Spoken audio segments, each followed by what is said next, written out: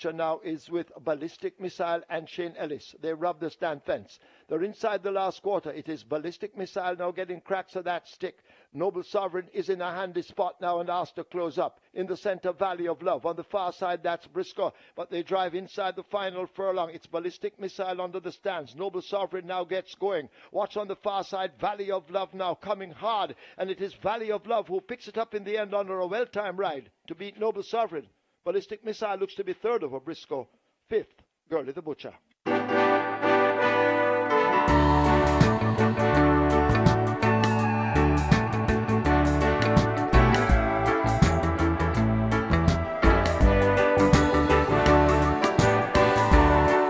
And now Miss Grove goes through. Unruly Move slips down into second. Bowmore itching reverse on the outside, and coming on, that's King Pie right against the rail. That is a Fearless Mission, but it is Miss Grove in front, but still on the inside, and coming on once again, it is Unruly Move. It's Miss Grove and Unruly Move. Unruly Move going on from Miss Grove, still there fighting. Unruly Move keeping on from Miss Grove, still attending. It's Unruly Move, Miss Grove. Unruly Move keeping Miss Grove. Miss Grove not going away. Unruly Move and Miss Grove coming back. Unruly Move by maybe a neck. Unruly Move by a neck from Miss Grove. Then comes King Pie back and forth. That's Fearless Mission.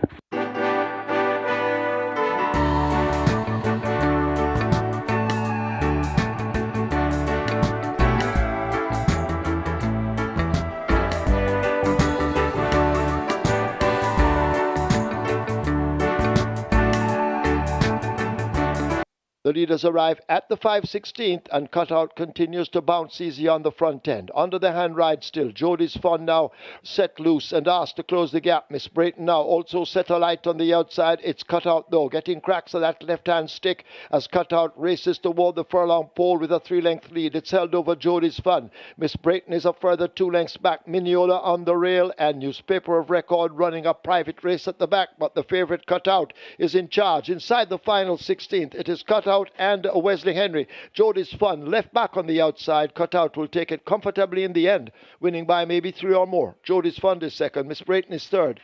Migniola is fourth. And last of them all, Newspaper of Record.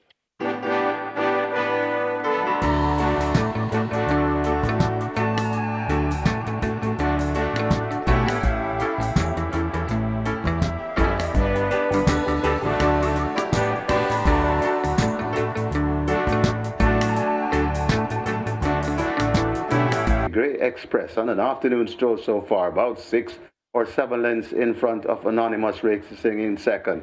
Another 3 before we come to Muso, another 4 to the Soul Warrior, 5 lengths before we come to Bomb Night, and still racing at the back, Secret Mission. They're at the top of the lane, and Tigray Express says, "Catch me if you can." Tigray Express and Richard Bird, they're pulling away from the field. Running down into second, that's Anonymous, and that's all he can do as Tigray Express is turning it on. Coming to the half a furlong pole, a good-looking lead, Tigray Express. This one is easy money, as Peter Ailey would say. Run to the windows and go cash your tickets. Tigray Express, Baby by 10. Anonymous is second. Third, Bomb Night, back in fourth. That's the Soul Warrior.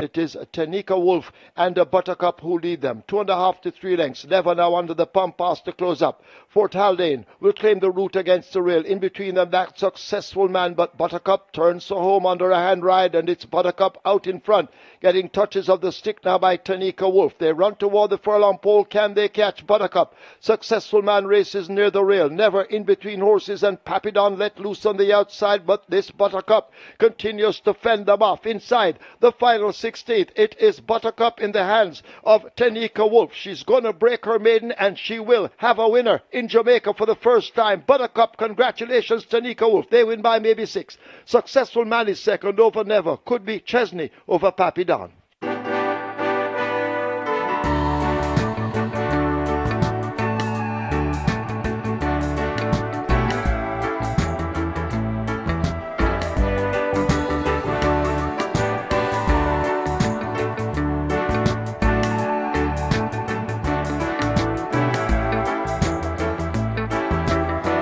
JJ Warrior on that lead, tracked all the while by the Gifted One. Right there in third, that's Musketune. Then comes a Last Dance. General Chief is next, followed through by 6th Avenue. Just behind them, that's Heroin there at the top of the lane, and it is Musketune now assume the lead from the Gifted One, fading up back a bit on the inside.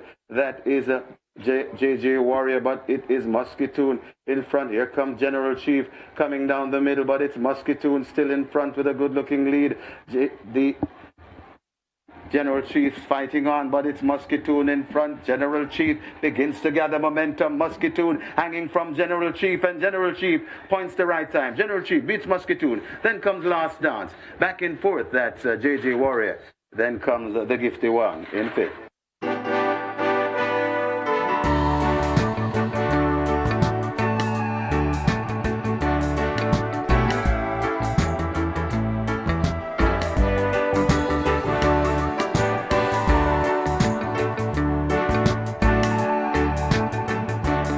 They've left the 3, about to arrive at the 5/16th. Mack and Rome attempt him to escape them.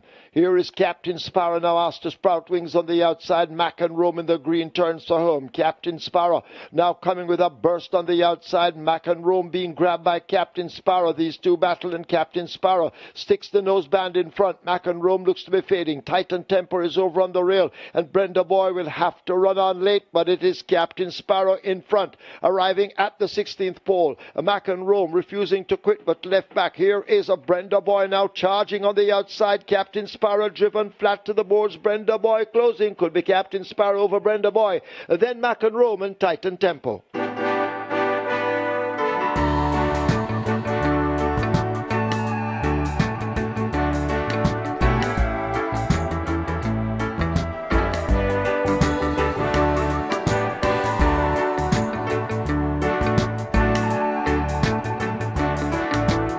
Generational is still in front and full of running. Generational coming on the rail. That's Press Conference. Out wide, it's Jordan Reigns. Generational showing them a clean pair of heels, coming with a just over furlong. Generational still in front. Jordan Reigns now gets rolling, coming to the furlong pole. It is Press Conference now coming on. It's Generational in front. Press Conference trying to get to Generational, but Generational driven out. Press Conference still on coming, but Generational by over a length from Press Conference. Racing back into third. That is Brompton Alex. Then comes Awesome Anthony.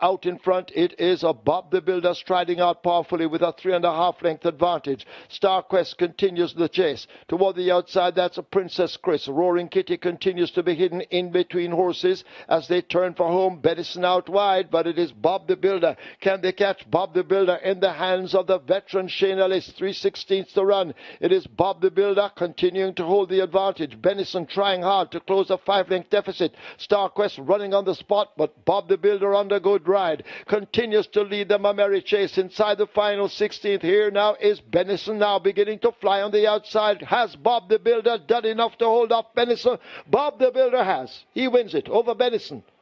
Then Star Quest. Roaring Kitty is fourth.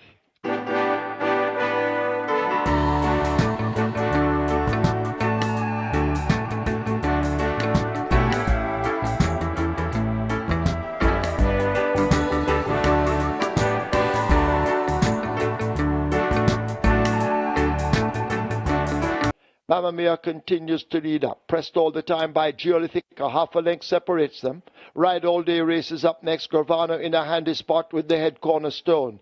Main Mistress is being driven along and asked to make up a 6-length deficit. Antarctica races next, 5 back to Perfect Brew and Rainsville.